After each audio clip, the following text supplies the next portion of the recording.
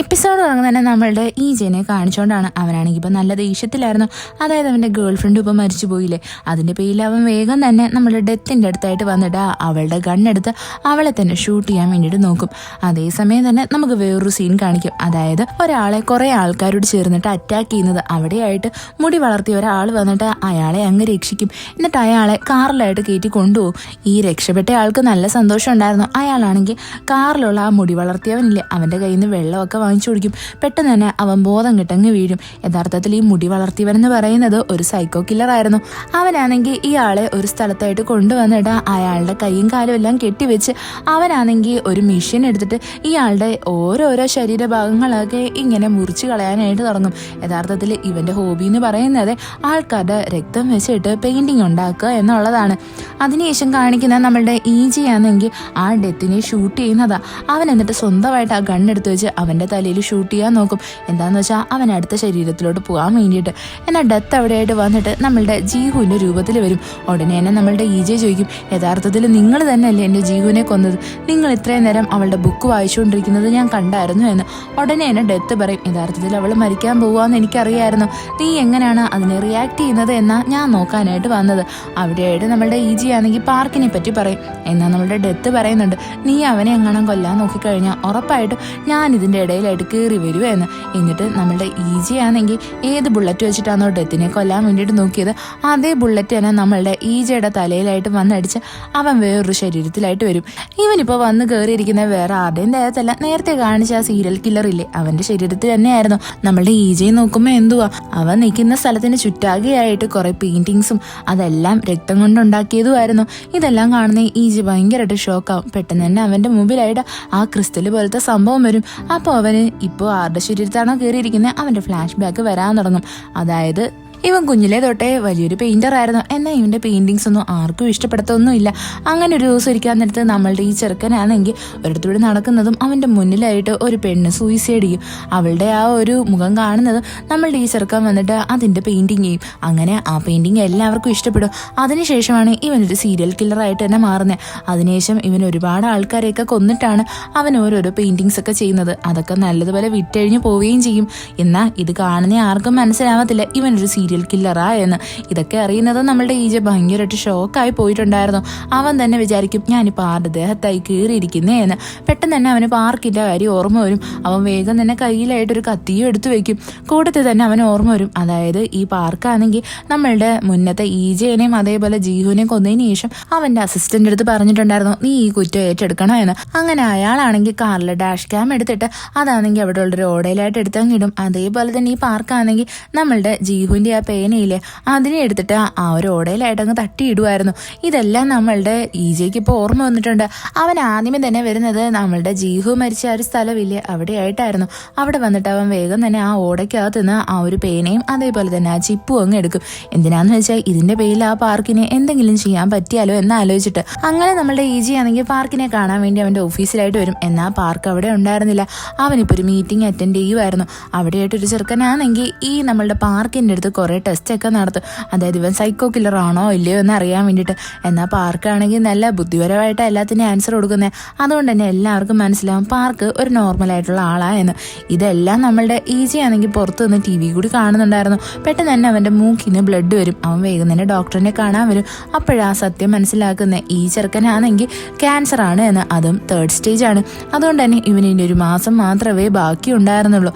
അങ്ങനെ നമ്മളുടെ ഈജി ആണെങ്കിൽ അവിടെ നിന്ന് പുറത്തോട്ട് ഇറങ്ങുന്നത് അവന് പെയിന്റിംഗ് ഹാളിൽ നിന്നൊരു കോൾ വരും. അവർ പറയുന്നത് തന്നെ പാർക്കാണെങ്കിൽ നിങ്ങളുടെ ഒരു പെയിന്റിങ് വാങ്ങാൻ ആഗ്രഹിക്കുന്നു, നിങ്ങളെ മീറ്റ് ചെയ്യണോ എന്നാണ്. ഇത് കേൾക്കുന്നത് നമ്മളുടെ ഈജെ വേഗം തന്നെ ആ പാർക്കിനെ കാണാൻ വേണ്ടിയിട്ട് വരും. അവിടെ ഒരു വലിയ പെയിന്റിങ് ഉണ്ടായിരുന്നു. ഇത് കാണുന്നതും പാർക്ക് പറയും, എനിക്ക് ഈ പെയിന്റിങ് വേണോ എന്ന്. ഉടനെ തന്നെ ഈജെ പറയും, ഞാനിത് 5 ആൾക്കാരെ കൊന്നിട്ടുണ്ടാക്കിയ പെയിന്റിംഗ് ആണ്. നിങ്ങളെപ്പോലെ തന്നെ ഞാനും ആൾക്കാരെ കൊല്ലാറുണ്ട്. ഇത് കേൾക്കുന്നേ പാർക്ക് നല്ല ഷോക്കാവും. ഉടനെ തന്നെ ഈജെ വന്നിട്ട് പറയും, ഞാൻ ജസ്റ്റ് തമാശ പറഞ്ഞതാണ് എന്ന്. കൂട്ടത്തിൽ തന്നെ ഈജെ ആണെങ്കിൽ പാർക്കിനെ അവന്റെ വീട്ടിലായിട്ട് ഇൻവൈറ്റ് ചെയ്യും. എന്നിട്ട് പറയും, അവിടോട്ട് വന്നു കഴിഞ്ഞാൽ നിങ്ങൾക്ക് വേണ്ടിയിട്ട് ഞാനൊരു സ്പെഷ്യൽ ആയിട്ടുള്ളൊരു പെയിന്റിങ് ഉണ്ടാക്കി തരാമെന്ന്. അങ്ങനെ പാർക്ക് അത് കേട്ടിട്ട് അവിടെ നിന്നങ്ങ് പോവും. പാർക്ക് എന്നിട്ട് നേരെ വരുന്നത് ഒരു ചർച്ചിലായിട്ടാണ്. അവിടെയാണെങ്കിൽ അവൻ്റെ അച്ഛൻ ഇവൻ്റെ അനിയന് വേണ്ടിയിട്ട് പ്രാർത്ഥിച്ചുകൊണ്ടിരിക്കുമായിരുന്നു. പെട്ടെന്ന് തന്നെ നമുക്കൊരു ഫ്ലാഷ് ബാക്ക് കാണിക്കും. അതായത് ഈ പാർക്കിൻ്റെ അനിയനില്ലേ, അവൻ ഓൾറെഡി അറിയായിരുന്നു, അതായത് ഈ പാർക്ക് എന്ന് പറയുന്നത് ഒരു സൈക്കോ കില്ലർ ആണ് എന്ന്. അവനാണെങ്കിൽ പണ്ട് ഒരുപാട് ആൾക്കാരെ കൊന്നിട്ടുള്ളതിൻ്റെയൊക്കെ വിറ്റ്നസ് ഇവൻ തന്നെയായിരുന്നു. അപ്പോൾ ഇവൻ പറയുന്നുണ്ട്, ഞാൻ ഇക്കാര്യമെല്ലാം അച്ഛനടുത്ത് പറഞ്ഞായിരുന്നു, അതുകൊണ്ടാണ് അച്ഛൻ എന്നെ CEO ആക്കിയത് എന്ന്. ഈ ഒരു ദേഷ്യത്തിന്റെ പുറത്ത് തന്നെയാണ് നമ്മുടെ ഈ പാർക്കാണെങ്കിൽ അവന്റെ അനിയനെ ആ ഫ്ലൈറ്റിൽ വെച്ചിട്ട് കൊന്നു കളഞ്ഞത്. പാർക്ക് വേഗം തന്നെ ദേഷിച്ചിട്ട് കാറിലായിട്ട് വന്നങ്ങ് കയറും. ഇവിടെയായിട്ട് അവന്റെ അസിസ്റ്റന്റ് വിളിച്ചിട്ട് പറയും, അതായത് ഇന്ന് ആ ഒരു മീറ്റിംഗിൽ വെച്ചിട്ട് ആ സൈക്കോ കില്ലറിന്റെ ടെസ്റ്റ് നടത്തിയില്ലേ, അത് നിങ്ങളുടെ അച്ഛൻ പറഞ്ഞിട്ട് തന്നെയാണ് നടത്തിയത് എന്ന്. അതായത് പാർക്കിന്റെ അച്ഛൻ ഇപ്പൊ നല്ല ഡൗട്ടുണ്ട്. ഇത് കേൾക്കുന്നതും പെട്ടെന്ന് തന്നെ നമ്മളുടെ പാർക്കാണെങ്കിൽ അവന്റെ കയ്യിലുണ്ടായിരുന്ന ഒരു ഗുളിക എടുത്തങ്ങ് കഴിക്കും. അത് ഭയങ്കര പവർഫുൾ ആയിട്ടുള്ള ഒന്നായിരുന്നു. അതുകൊണ്ട് തന്നെ ഇവൻ കാർ നല്ലതുപോലെ ഓടിക്കത്തൊന്നുമില്ല. ഭയങ്കര ഡ്രങ്കൻ ആയതുപോലെ ആ കാർ ഓടിക്കുന്നത്. ഇതാണെങ്കിൽ 2 ഡിറ്റക്റ്റീവ് കാണും. അവർ ഇവനെ ഫോളോ ചെയ്ത് വരാനായിട്ട് തുടങ്ങും. ഒരു സ്ഥലത്തെത്തുന്നതും അവിടുത്തെ റോഡ് അങ്ങ് അവസാനിച്ച് പോയിട്ടുണ്ടായിരുന്നു. അതുകൊണ്ട് തന്നെ ഈ പോലീസ് ഓഫീസേഴ്സ് വന്നിട്ട് നമ്മളുടെ പാർക്കിനെ പിടിച്ചങ്ങ് പുറത്താക്കും. എന്നാൽ ഉടനെ തന്നെ അവനാണെങ്കിൽ കമ്മീഷണറിനെ വിളിക്കും. അവിടെ നിൽക്കുന്ന ഒരു ഡിറ്റക്റ്റീവ് ആണെങ്കിൽ ഭയങ്കര പേടിത്തൊണ്ടനായിരുന്നു. അവനാണെങ്കിൽ പറയും, നീ വെറുതെ വിട്, നമുക്ക് ഇവനെ അങ്ങ് വിട്ടേക്കാ എന്ന്. എന്നാൽ കൂടെ നിൽക്കുന്ന ഡിറ്റക്റ്റീവ് ആണെങ്കിൽ അതിനൊന്നും റെഡി ആയിരുന്നില്ല.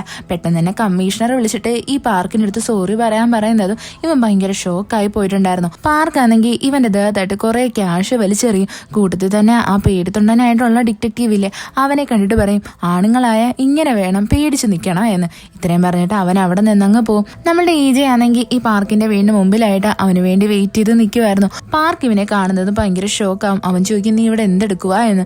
എന്നാൽ നമ്മളുടെ EJ ആണെങ്കിൽ പറയും, നിനക്ക് വേണ്ടി ഞാൻ വെയിറ്റ് ചെയ്ത് നിൽക്കുമായിരുന്നു എന്ന്. ഇവിടെ അവർക്ക് രണ്ടുപേർക്കും ഇടയിൽ അങ്ങോട്ടും ഇങ്ങോട്ടും ഫൈറ്റ് ആവും. എന്താന്ന് വെച്ചാൽ നമ്മളുടെ പാർക്ക് ഇപ്പോൾ ഭയങ്കര ഇറിറ്റേറ്റ് ആയിട്ടല്ലേ നിൽക്കുന്നത്. അവസാനം നമ്മളുടെ പാർക്കാണെങ്കിൽ അവന്റെ കയ്യിലുണ്ടായിരുന്ന ഒരു ഗൺ എടുത്തിട്ട് നമ്മളുടെ EJനെ എങ്ങ് ഷൂട്ട് ചെയ്യും. അവനവിടെ ബോധം കെട്ട് വീഴുമെങ്കിലും പെട്ടെന്ന് തന്നെ ചാടി എഴുന്നേറ്റ് നമ്മളുടെ ഈ പാർക്കിന്റെ കാറിനകത്ത് കയറി അവനെ അടിച്ച് ആക്സിഡന്റ് ആക്കാൻ വേണ്ടിയിട്ട് നോക്കും. പെട്ടെന്ന് തന്നെ നമ്മുടെ പാർക്ക് ചോദിക്കും, നീ എങ്ങനെയാണ് എന്റെ ഷൂട്ടിൽ നിന്ന് രക്ഷപ്പെട്ടത് എന്ന്. യഥാർത്ഥത്തിൽ നമ്മുടെ EJ ആണെങ്കിൽ ബുള്ളറ്റ് പ്രൂഫിന്റെ ജാക്കറ്റ് ഇട്ടിട്ടുണ്ടായിരുന്നു. അങ്ങനെ അവൻ അവസാനം നമ്മളുടെ പാർക്കിനെ കൈയും കാലും ഒക്കെ കെട്ടിയിട്ട് നമ്മളുടെ EJയുടെ സ്ഥലമില്ലേ അവിടെയായിട്ട് കൊണ്ടുവരും. എന്നിട്ട് EJ ആണെങ്കിൽ പാർക്കിന്റെ അടുത്ത് പറയാൻ തുടങ്ങും, ഇവിടെ വെച്ചിട്ടാണ് ഞാൻ 12 ആൾക്കാരെ കൊന്നു കളഞ്ഞത് എന്ന്. ഇവിടെ വെച്ചിട്ട് തന്നെയായിരിക്കും നിന്റെ അന്ത്യം സംഭവിക്കാൻ പോകുന്നത് എന്നും പറഞ്ഞിട്ട് നമ്മളുടെ EJ ആണെങ്കിൽ പാർക്കിനെ ആ സ്ഥലത്ത് കൊണ്ടുവന്ന് അവിടെ എല്ലാം സെറ്റ് ചെയ്യാനായിട്ട് തുടങ്ങും. എന്നാൽ പെട്ടെന്ന് തന്നെ നമ്മളുടെ EJക്ക് ബോധക്കേട് വരും. അവൻ കണ്ണുറന്ന് നോക്കുമ്പോൾ അവൻ എവിടെയാണോ നമ്മുടെ പാർക്കിനെ കിടത്താൻ വേണ്ടിയിട്ട് ഉദ്ദേശിച്ചത് അവിടെയായിട്ട് നമ്മളുടെ EJ കിടക്കുമായിരുന്നു. അവിടെയായിട്ട് പാർക്ക് വന്നിട്ട് പറയും, നിനക്കൊരു കാര്യം അറിയാവോ, ഞാനും നിന്നെ പോലെ തന്നെ ഞാൻ ഒരുപാട് ആൾക്കാരെ കൊന്നിട്ടുണ്ട്. എൻ്റെ ആദ്യത്തെ അറ്റംപ്റ്റ് എന്ന് പറയുന്നത് ഞാൻ വണ്ടി ഓടിക്കാൻ നേരത്ത് ഒരാളെ ആക്സിഡന്റ് ആക്കിയായിരുന്നു.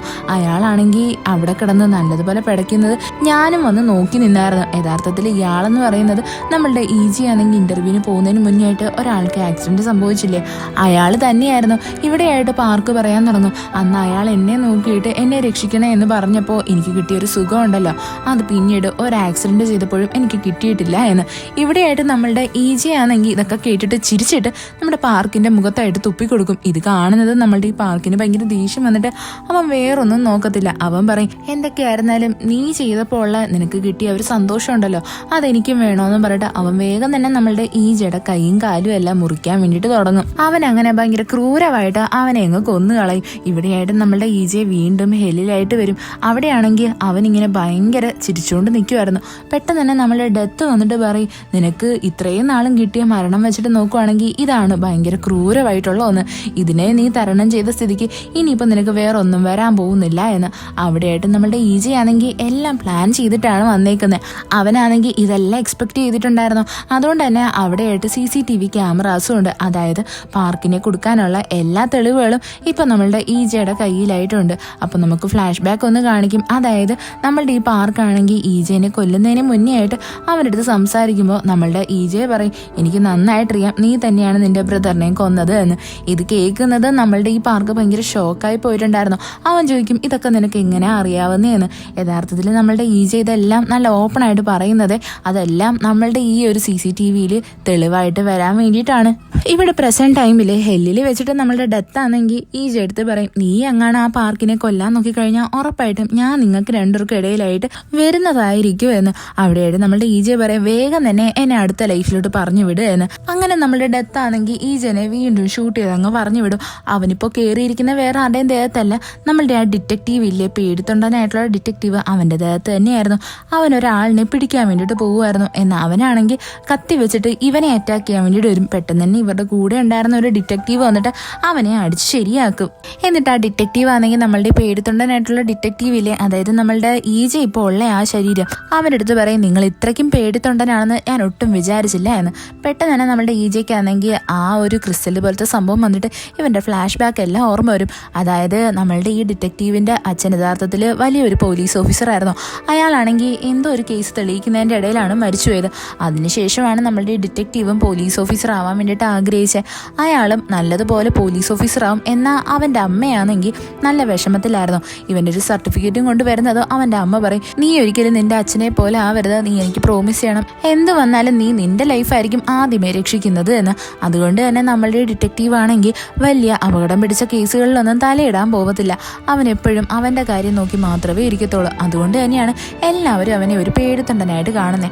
അങ്ങനെ ഇരിക്കാൻ നേരത്ത് നമ്മളുടെ ഈജി ആണെങ്കിൽ ഇപ്പോൾ പ്രസന്റ് ടൈമിൽ കാണും. അതായത് നമ്മളുടെ ആ ബോക്സറായിട്ടുള്ള ഒരുത്തനില്ലേ, അവനെ കൊന്ന് അവൻ്റെ ഒരു ബെസ്റ്റ് ഫ്രണ്ട് ഉണ്ടായിരുന്നല്ലോ, അവനാണെങ്കിൽ ഇവിടെ റോഡിൽ കിടന്നിട്ട് വേറൊരാളുടെ നേർക്ക് കത്തി വെച്ച് അവനെ പേടിപ്പിക്കുന്നത്. പെട്ടെന്ന് തന്നെ നമ്മളുടെ ഈജി ആണെങ്കിൽ അവിടേക്ക് വന്നിട്ട് ഈ ചെറുക്കനെ വിരട്ടാൻ തുടങ്ങും. എന്നിട്ട് പറയും നീ എന്നെ വേറെ ആരായിട്ടും കാണുകയൊന്നും വേണ്ട, നിന്റെ ബെസ്റ്റ് ഫ്രണ്ടിനെ നീ കുത്തിയില്ലേ, അവൻ തന്നെയാണ് ഞാൻ എന്നും പറഞ്ഞിട്ട് നമ്മളുടെ ഈജി ആണെങ്കിൽ ഇവനെ കറക്കിയെടുത്ത് ഇവൻ്റെ കയ്യിലിരുന്ന ആ കത്തിയും പിടിച്ച് വാങ്ങി ഇവനെ എങ്ങ് ലോക്ക് ചെയ്ത് വെക്കും. പെട്ടെന്ന് തന്നെ അവിടെയായിട്ട് പോലീസുകാർ വന്നിട്ട് ഇവനെ പിടിച്ചുകൊണ്ടു പോകും. യഥാർത്ഥത്തിൽ നമ്മളുടെ ഈജി ഇപ്പം ഇങ്ങനെ ചെയ്യുന്നത് അവിടെ നിന്ന് ആൾക്കാരെല്ലാം നോക്കിക്കാണുമായിരുന്നു.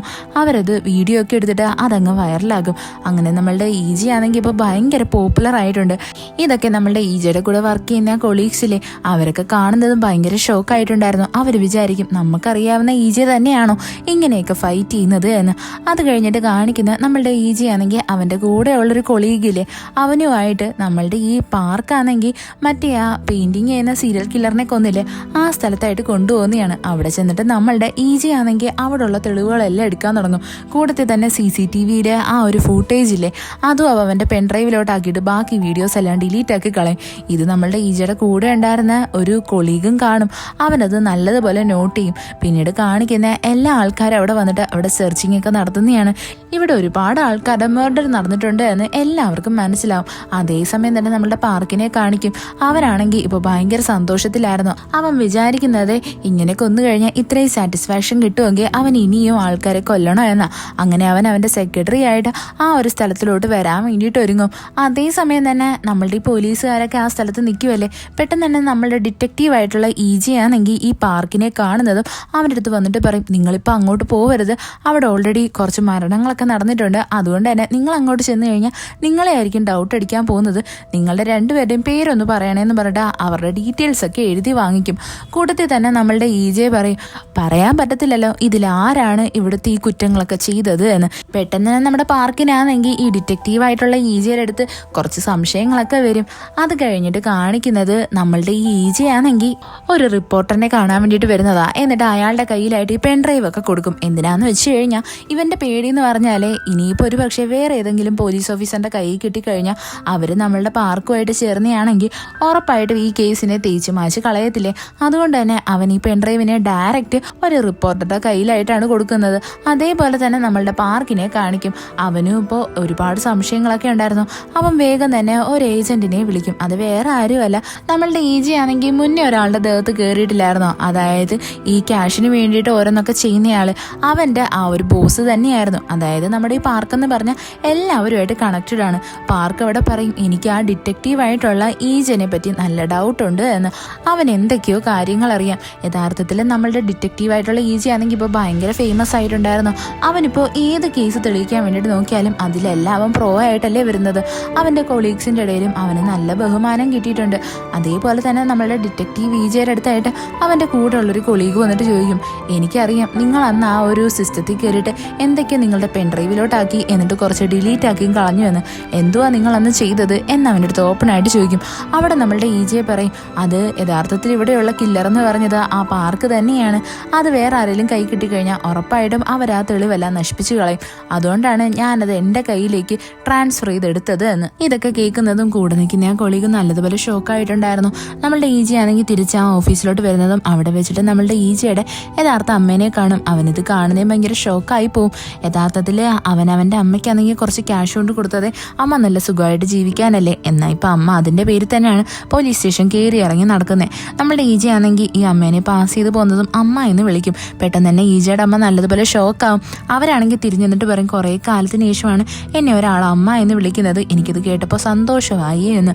അപ്പോൾ നമ്മളുടെ ഈജ പറയും, എന്തായിരുന്നാലും അമ്മയ്ക്ക് ആ ക്യാഷ് കയ്യിൽ വെച്ചുകൂടായിരുന്നോ, എന്തിനാ അതിങ്ങനെ കൊണ്ടുവന്ന് ഇങ്ങനെ കൊടുക്കുകയൊക്കെ ചെയ്യുന്നേ. അപ്പോൾ അവൻ്റെ അമ്മ പറയാൻ തുടങ്ങും, എനിക്ക് നല്ല കുറ്റബോധമുണ്ട്, അതുകൊണ്ടാണ് ഞാനിപ്പോൾ ഇങ്ങനെയൊക്കെ ചെയ്യുന്നത്.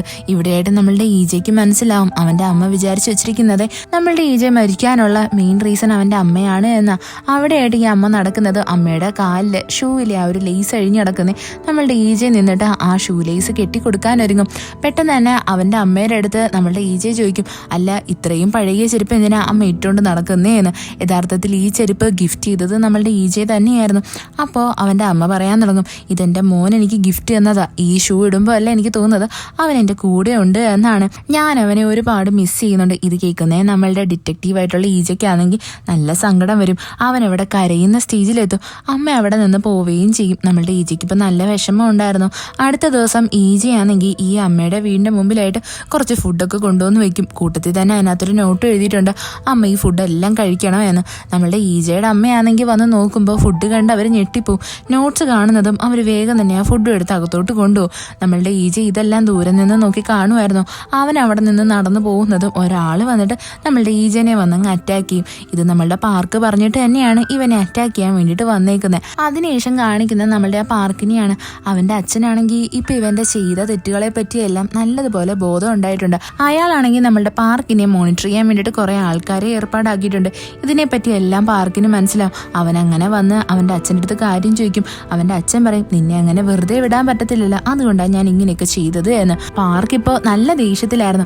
അവനാണെങ്കിൽ പോകുന്ന വഴിയിൽ കണ്ട കാറുകളിലെ എല്ലാം നല്ലതുപോലെ ഇടിച്ച് ആക്സിഡന്റ് ആക്കിയിട്ട് അതിനകത്തുള്ള ആൾക്കാരെയൊക്കെ കൊന്നും കളയും. എന്നിട്ട് അവൻ നേരെ വരുന്നതേ ഒരു ചർച്ചിലായിട്ടാണ്. അവിടെ വന്നിട്ട് അവൻ പറയും, ഞാൻ തന്നെയാണ് ദൈവം, എനിക്ക് ഇഷ്ടമുണ്ടെങ്കിൽ ഞാൻ ജീവൻ കൊടുക്കും, ഇഷ്ടമില്ലെങ്കിൽ ഞാൻ അവരെ കൊന്നു കളയുമെന്ന്. അങ്ങനെ അവൻ സംസാരിച്ചുകൊണ്ടിരിക്കുന്നത് പെട്ടെന്ന് തന്നെ അവനാണെങ്കിൽ അഡ്വർടൈസ്മെന്റ് ഓഫീസിൽ നിന്ന് കോൾ വരും. അതായത് നിങ്ങളുടെ ഒരു വീഡിയോ ഇവിടെ ടെലികാസ്റ്റ് ചെയ്യാൻ പോവാ, എനിക്കത് ഒരിക്കലും സ്റ്റോപ്പ് ചെയ്യാൻ പറ്റത്തില്ല എന്നും പറഞ്ഞിട്ട്. ഇതറിയുന്നത് നമ്മളുടെ പാർക്ക് ഭയങ്കര ടെൻഷനാവും. അവൻ വേഗം തന്നെ നമ്മളുടെ ആ ഡിറ്റക്റ്റീവായിട്ടുള്ള ഈജനെ കൊല്ലാൻ വേണ്ടിയിട്ട് കുറച്ച് ആൾക്കാരെ ഏൽപ്പിച്ചില്ലേ, അവരെ കോൾ ചെയ്യും. എന്നാൽ കോൾ എടുക്കുന്നത് നമ്മളുടെ ഈജെ തന്നെയായിരുന്നു. ഇത് കേൾക്കുന്നതും പാർക്ക് നല്ലതുപോലെ ഞെട്ടും. അവിടെയായിട്ട് നമ്മളുടെ ഈജയെ പറയും, നിങ്ങൾ എന്തായിരുന്നാലും ഉടനെ തന്നെ സ്റ്റേഷനിലോട്ട് വരേണ്ടതായിട്ട് വരും, ഒട്ടും വിചാരിച്ചില്ല അല്ലേ ഞാനിവിടെ ജീവനോടെ കാണുമെന്ന്. യഥാർത്ഥത്തിൽ പാർക്കിനാണെങ്കിൽ ചെറിയ പരിക്ക് മാത്രമേ പറ്റിയിട്ടുണ്ടായിരുന്നുള്ളൂ. അത് കഴിഞ്ഞിട്ട് കാണിക്കുന്ന നമ്മളുടെ ഈ ഡിറ്റക്റ്റീവായിട്ടുള്ള ഈജയില്ലേ, അവനെയാണെങ്കിൽ അവരുടെ ആ ഡിറ്റക്റ്റീവിലെ മാനേജർ വിളിക്കുന്നതാണ്. അവിടെ വന്ന് നോക്കുമ്പോൾ എന്താ അവിടെ ഓൾറെഡി നമ്മുടെ പാർക്ക് ഇരിക്കുമായിരുന്നു. പാർക്കാണെങ്കിൽ അയാളുടെ അടുത്ത് പറയും, എനിക്ക് ഈജ എടുത്ത് കുറച്ച് പേഴ്സണലായിട്ട് സംസാരിക്കണം എന്ന്. അങ്ങനെ അയാൾ അവിടെ നിന്ന് ഇറങ്ങിയങ്ങ് പോവും. പാർക്കും നമ്മളുടെ ഈ ഈജയും കൂടി സംസാരിക്കാൻ തുടങ്ങും. അവിടെ പാർക്ക് പറയുന്നത് തന്നെ, നീ ഈ കേസിൽ നിന്നൊക്കെ പിന്മാറുവാണെന്നുണ്ടെങ്കിൽ ഉറപ്പായിട്ടും ഞാൻ നിന്നെ കമ്മീഷണറാക്കാം എന്നാൽ നമ്മളുടെ ഈജി അതിനൊന്നും വില്ലിങ് ആവത്തില്ല. അവൻ്റെ അടുത്താണെങ്കിൽ പറയും, നീ ഈ പേപ്പറിൽ സൈൻ ചെയ്യണം എന്ന്. ഈജി ആണെങ്കിൽ അവിടെ നമ്മളുടെ ജീഹുവിൻ്റെ ആ ഒരു പേനയില്ലേ, അതെടുത്തിട്ട് പേപ്പറിലൊക്കെ സൈൻ ചെയ്തിട്ട് അതങ്ങ് കീറിക്കളയും. എന്നിട്ട് നമ്മളുടെ ഈജെ പറയും, നീ എന്തൊക്കെ വിചാരിച്ചാലും എന്നെ ഒരിക്കലും നിനക്ക് കയ്യിലെടുക്കാൻ പറ്റത്തില്ല എന്ന്. ഇത്രയും പറഞ്ഞിട്ട് അവൻ അവിടെ നിന്നങ്ങ് പോവും. ഇവിടെ യഥാർത്ഥത്തിൽ നമ്മുടെ പാർക്കാണെങ്കിൽ ഇപ്പൊ അവന്റെ സ്വയരക്ഷയ്ക്ക് വേണ്ടിയിട്ടുള്ള പ്ലാനിങ് ഒക്കെ നടത്തുമായിരുന്നു. അവൻ ഓൾറെഡി ഇവിടെയുള്ള പോലീസ് ഓഫീസേഴ്സ് അല്ലേ, അതിനകത്തുള്ള ഒരാളുടെ അടുത്ത് ഓർഡർ കൊടുത്തിട്ടുണ്ട്. അതായത് നമ്മളുടെ ഈജനെ തട്ടിക്കൊണ്ടുപോയി അവനെങ്ങ് കൊന്നു കളയണം എന്ന്. ഈജ അവിടെ നിന്ന് ന്യൂസ് റിപ്പോർട്ട് നോക്കിക്കൊണ്ടിരിക്കും. എന്താന്ന് വെച്ചാൽ ഇന്നാണല്ലോ നമ്മളുടെ പാർക്കിന്റെ എല്ലാ കുറ്റങ്ങളും പുറത്തു വരുന്നത്. ഇവിടെയാണെങ്കിൽ പാർക്ക് ഓൾറെഡി എല്ലാ കമ്പനിക്കാരെയും നല്ലതുപോലെ വരട്ടിയിട്ടുണ്ട്. നിങ്ങളെങ്ങാണം എൻ്റെ ഫുൾ ഡീറ്റെയിൽസ് പുറത്താക്കി കഴിഞ്ഞാൽ നിങ്ങളുടെ എല്ലാം കമ്പനി ഞാൻ പൂട്ടിക്കുമെന്ന്. അതുകൊണ്ട് തന്നെ ഈ ന്യൂസ് റിപ്പോർട്ടേഴ്സ് എല്ലാം ഫുൾ സ്റ്റോറി ഒന്നും കാണിക്കത്തില്ല, നമ്മളുടെ ഈ പാർക്കിനെ തട്ടിക്കൊണ്ട് വരുന്നത് വരെയൊക്കെ കാണിക്കത്തുള്ളൂ. പാർക്ക് അങ്ങനെ എല്ലാവരുടെയും മുമ്പിൽ വന്നിട്ട് കൺഫസ് ചെയ്യും, അതെ ഞാൻ തന്നെയാണ് ആ പെയിന്ററിനെ കൊന്നത്, അവൻ എന്നെ തട്ടിക്കൊണ്ടുവന്ന് എന്നെ സീരിയൽ കില്ലറിനെ പോലെ കൊല്ലാൻ വേണ്ടിയിട്ട് നോക്കി. ആ ടൈമിൽ ഞാൻ എൻ്റെ സ്വയരക്ഷയ്ക്ക് വേണ്ടിയിട്ടാണ് അവനെ കൊന്നു കളഞ്ഞത് എന്ന്. എല്ലാവരും അപ്പോൾ അവൻ്റെ ബോഡി ചോദിക്കും. എന്നാൽ നമ്മുടെ പാർക്ക് പറയും, എനിക്ക് അവൻ്റെ ബോഡി എവിടെയാണ് ഉള്ളതെന്ന് അറിയത്തില്ല എന്ന്. അങ്ങനെ അവസാനം പാർക്കിനെ പോലീസുകാരെ അറസ്റ്റ് ചെയ്യും. ഇവിടെയാണെങ്കിൽ ഒരുപാട് ആൾക്കാർ ഇവനെ സപ്പോർട്ട് ചെയ്യാനുണ്ടായിരുന്നു. ആൾക്കാരെല്ലാം പ്രൊട്ടസ്റ്റ് ചെയ്യാൻ തുടങ്ങും. അതായത് പാർക്ക് സ്വയരക്ഷയ്ക്ക് വേണ്ടിയിട്ട് കൊന്നതുകൊണ്ട് തന്നെ അവന് ശിക്ഷ കൊടുക്കേണ്ട ആവശ്യമില്ല എന്നും പറഞ്ഞിട്ട്. അവസാനം നമ്മളുടെ പാർക്കാണെങ്കിൽ ജയിലിൽ നിന്ന് പുറത്തിറങ്ങും. ആർക്കും ഇവനെ ഒന്നും ചെയ്യാൻ പറ്റത്തില്ല. ഇവിടെ നമ്മളുടെ ഈജി ആയിരുന്നാലും നല്ല ടെൻഷനിലായിരുന്നു. അവൻ വിചാരിച്ചതുപോലെ പാർക്കിന് ശിക്ഷ വാങ്ങി കൊടുക്കാൻ പറ്റിയില്ലല്ലോ. അവന് നല്ല വിഷമവും ഉണ്ട്. അങ്ങനെ ഇരിക്കാൻ നേരത്ത് നമ്മളുടെ ഈജി ആണെങ്കിൽ കാറിൽ കയറാൻ വേണ്ടിയിട്ട് വരുന്നതും നമ്മളുടെ ഈജയുടെ കൂടെ വർക്ക് ചെയ്യുന്ന ഒരു കൊളീഗാണെങ്കിൽ ഈജേനെ തട്ടിക്കൊണ്ടുപോകാൻ വേണ്ടി അവന്റെ മുഖത്തായിട്ട് മാസ്ക് ഇട്ട് അവിടെ നിന്ന് കൂട്ടിക്കൊണ്ടുപോകാൻ ഒരുങ്ങും. അതേസമയം തന്നെ പാർക്കാണെങ്കിൽ ഒരു ബിസിനസ് ട്രിപ്പിന്റെ ഭാഗമായിട്ട് വേറൊരു സ്ഥലത്തോട്ട് പോകാൻ വേണ്ടി ഫ്ലൈറ്റിൽ യാത്ര ചെയ്യുമായിരുന്നു. അതേസമയം തന്നെ അവനാണെങ്കിൽ ആ ഫ്ലൈറ്റിലായിട്ട് അവിടുത്തെ സ്ക്രീനിലായിട്ട് കുറെ കാര്യങ്ങളൊക്കെ എഴുതി കാണിക്കും. അവൻ ആരെയൊക്കെയാണോ കൊന്നത് അവരുടെ എല്ലാം ഡീറ്റെയിൽസും എല്ലാം എഴുതി കാണിക്കും. ഇതൊക്കെ കാണുന്നത് നമ്മളുടെ പാർക്ക് ഭയങ്കര ഷോക്കാവും. പെട്ടെന്ന് തന്നെ അവനാണെങ്കിൽ പൈലറ്റിനെ വന്ന് നോക്കുമ്പോൾ ഫ്ലൈറ്റിലായിട്ട് പൈലറ്റും ഉണ്ടായിരുന്നില്ല, അത് ഓട്ടോ പൈലറ്റിൽ കിടക്കുമായിരുന്നു. ഇതൊക്കെ കണ്ട് നമ്മളുടെ പാർക്ക് ഭയങ്കരമായിട്ട് ഞെട്ടിപ്പോവും. പെട്ടെന്ന് തന്നെ അവിടെയുള്ള സ്ക്രീനിലായിട്ട് നമ്മളുടെ ഈജയ്ക്ക് എന്തൊക്കെയാണോ പറയാനുള്ളത് അതെല്ലാം എഴുതി കാണിക്കും. അതായത് 30 സെക്കൻഡിനുള്ളിലായിട്ട് ഈ ഫ്ലൈറ്റ് നശിക്കാൻ പോവുകയാണ്, നിനക്ക് പറ്റുമെന്നുണ്ടെങ്കിൽ രക്ഷപ്പെടാൻ നോക്ക്, നീ ഇതേപോലെയല്ലേ നിന്റെ ബ്രദറിനെ കൊന്നത് എന്നൊക്കെ പറഞ്ഞിട്ട് പെട്ടെന്ന് തന്നെ നമ്മളുടെ പാർക്കാണെങ്കിൽ അവിടെയായിട്ട് പാരഷ്യൂട്ടൊക്കെ നോക്കാനായിട്ട് തുടങ്ങും. ഈ ഫ്ലൈറ്റ് ആണെങ്കിൽ പൊട്ടിത്തെറിക്കാനായിട്ട് ഒരുങ്ങുന്നതും പെട്ടെന്ന് തന്നെ അവൻ അവിടെ നിന്ന് എടുത്തങ്ങ് ചാടും. അതും പാരഷ്യൂട്ടിലാണ് എടുത്ത് ചാടുന്നത്. അവൻ അങ്ങനെ ഒരു കാടിന്റെ ഏരിയയിലായിട്ട് വരും. പെട്ടെന്ന് തന്നെ നമുക്കൊരു ഫ്ലാഷ് ബാക്ക് കാണിക്കും. അതായത് നമ്മളുടെ ഈജനെ തട്ടിക്കൊണ്ടുപോകാൻ വേണ്ടിയിട്ട് ഒരു പോലീസ് ഓഫീസറിന്റെ അടുത്ത് പറഞ്ഞില്ലേ, അതെല്ലാം വെറും നാടകമായിരുന്നു. ഈജനെ തട്ടിക്കൊണ്ടു പോകുന്ന കണക്ക് അഭിനയിച്ചത് മാത്രമാണ്. എന്നിട്ട് നമ്മളുടെ പാർക്കിനെ ഇൻഫോം ചെയ്തു. പോരാത്തന്നെ നമ്മളുടെ ഈജ ഇവിടെ ഇത്രയും നാളും അവൻ ആരുടെയൊക്കെ ബോഡിയിലാണോ കയറിയത് അവരുടെ എല്ലാവരുടെയും ടാലന്റ് യൂസ് ചെയ്തിട്ട് അവനിവനെ ട്രാപ്പ് ആക്കാനുള്ള കുറേ കാര്യങ്ങളൊക്കെ ചെയ്തിട്ടുണ്ടായിരുന്നു. അതായത് ഫസ്റ്റിലെ തന്നെ നമ്മളുടെ ആദ്യത്തെ ബ്രദർ ഇല്ലേ, അതായത് ഫ്ലൈറ്റിൽ മരിച്ചുപോയ, അവനറിയായിരുന്നു നമ്മളുടെ ഈ പാർക്ക് എന്ത് തരം മെഡിസിനാണ് എടുക്കുന്നതെന്ന്. അവൻ അതുകൊണ്ട് തന്നെ ഫസ്റ്റിലെ ആ മെഡിസിനെ അങ്ങ് ചേഞ്ച് ആക്കും. അത് കഴിഞ്ഞിട്ട് നമ്മളുടെ ആ ഗ്യാങ്സ്റ്റർ ഇല്ലേ, അവനാണെങ്കിൽ അറിയാം നമ്മളുടെ ഈ പാർക്കിന് ആരൊക്കെയായിട്ടാണ് കമ്പനി എന്ന്. ആ ഗ്യാങ്സ്റ്റർ ആണെങ്കിൽ അവന്റെ ആ ഒരു മെമ്മറിയൊക്കെ യൂസ് ചെയ്തിട്ട് അവന്റെ കയ്യിലുണ്ടായിരുന്ന കുറെ ഡേറ്റാസും കാര്യങ്ങളൊക്കെ കളക്ട് ചെയ്തെടുക്കും. അതേപോലെ തന്നെ നമ്മളുടെ ആ സ്കൈ ഡൈവിങ് ചെയ്യുന്ന ആളില്ലേ, അവന്റെ ആ ഒരു പവേഴ്സ് യൂസ് ചെയ്തിട്ട് അവൻ ആ ഫ്ലൈറ്റിനെ എല്ലാം സെറ്റ് ആക്കിയിട്ട് ഓട്ടോ പൈലറ്റ് ആക്കി അവൻ ആ ഫ്ലൈറ്റിൽ നിന്ന് പാരച്യൂട്ട് യൂസ് ചെയ്തിട്ട് താഴെയായിട്ട് വന്ന് നല്ലതുപോലെ ലാൻഡ് ആവും. ഇവിടെയായിട്ട് നമ്മളുടെ ഈ പാർക്കില്ലേ, അവനാണെങ്കിൽ ഇപ്പോൾ പാരച്യൂട്ടിൽ ഒരു സ്ഥലത്ത് വന്ന് ലാൻഡ് ആയിട്ടുണ്ടല്ലോ. വന്നിറങ്ങുന്നത് നമ്മളുടെ ഈജി ആണെങ്കിൽ അവന്റെ കാറുമായിട്ട് വന്ന് ഈ പാർക്കിനെ ഇടിച്ചങ്ങ് തെറിപ്പിക്കും. എന്നിട്ടും അവനൊന്നും സംഭവിക്കത്തൊന്നുമില്ല. അവിടെയായിട്ട് നമ്മളുടെ ഈജനെ കാണുന്നതും പാർക്ക് നല്ലതുപോലെ ഷോക്കായിട്ടുണ്ടായിരുന്നു. പെട്ടെന്ന് തന്നെ നമ്മളുടെ ഈജയുടെ രൂപം കാണിക്കുന്നത് മറ്റേ ആ മോഡലിന്റെ രൂപത്തിലാണ്. അവനെയല്ലേ നമ്മളുടെ ഈ പാർക്ക് വന്നിട്ട് ശ്വാസം മുട്ടിച്ച് കൊന്നത്. അവൻ വേഗം വന്ന് ഈ പാർക്കിന്റെ മുഖത്തായിട്ട് കൈ വെച്ചിട്ട് അവനെ ശ്വാസം മുട്ടിച്ച് കൊല്ലാൻ നോക്കും. പെട്ടെന്ന് തന്നെ അവിടെയായിട്ട് ഡെത്ത് വരും. ഡെത്ത് ഓൾറെഡി പറഞ്ഞിട്ടുണ്ടല്ലോ, നീ അങ്ങനെ പാർക്കിനെ കൊല്ലാൻ നോക്കിക്കഴിഞ്ഞാൽ ഉറപ്പായിട്ടും ഞാൻ ഇടയിലായിട്ട് വരുമെന്ന്. ഇവിടെയായിട്ട് പെട്ടെന്ന് നമ്മളുടെ ഈജയുടെ കയ്യിൽ നിന്ന് ജീഹുവിന്റെ ആ ഒരു പേനയില്ലേ അതങ്ങ് താഴെ വീഴും. അപ്പോൾ അവന് ഓർമ്മ വരും, ജീഹു ഓൾറെഡി പറഞ്ഞിട്ടുണ്ട് ഞാൻ ആഗ്രഹിക്കുന്നത് ഈ സ്റ്റോറിക്ക് നല്ലൊരു ഹാപ്പി എൻഡിങ് കിട്ടണം എന്ന്. അതുകൊണ്ട് തന്നെ നമ്മളുടെ ഈജി ആണെങ്കിൽ ഇവനെ കൊല്ലാണ്ട് അവിടെ നിന്ന് എഴുന്നേറ്റങ്ങ് പോവും. കാര്യം അവനൊട്ടും ആഗ്രഹിക്കുന്നില്ല മരിച്ചു കഴിഞ്ഞിട്ട് അവന് നരകത്തിലോട്ട് പോവാൻ. ഇവിടെയായിട്ട് നമ്മളുടെ പാർക്കാണെങ്കിൽ നമ്മളുടെ ഈജെ തിരിഞ്ഞ് നടക്കുന്നതും അവനെ അറ്റാക്ക് ചെയ്യാൻ വേണ്ടിയിട്ട് വരും. എന്നാൽ പെട്ടെന്ന് തന്നെ നല്ലതുപോലെ കാറ്റടിച്ചിട്ട് നമ്മളുടെ ഈ പാർക്കില്ലേ, അവനാണെങ്കിൽ അവിടെ വരുന്ന വലിയൊരു വണ്ടിയുടെ മുമ്പിലായിട്ട് ചെന്നങ്ങ് വീഴും. അങ്ങനെ അവന് വലിയൊരു ആക്സിഡന്റ് തന്നെ സംഭവിക്കും. ഈ എപ്പിസോഡ് ഇവിടെ വെച്ച് അവസാനിക്കുന്നു. ഇഷ്ടപ്പെട്ട ഫ്രണ്ട്സിന് ഷെയർ ചെയ്യാൻ മറക്കല്ലേ. വീഡിയോ എങ്ങനെ ഉണ്ടായിരുന്നെന്ന് കമന്റ് ചെയ്ത് അറിയിക്കുക. It's signing off MDC.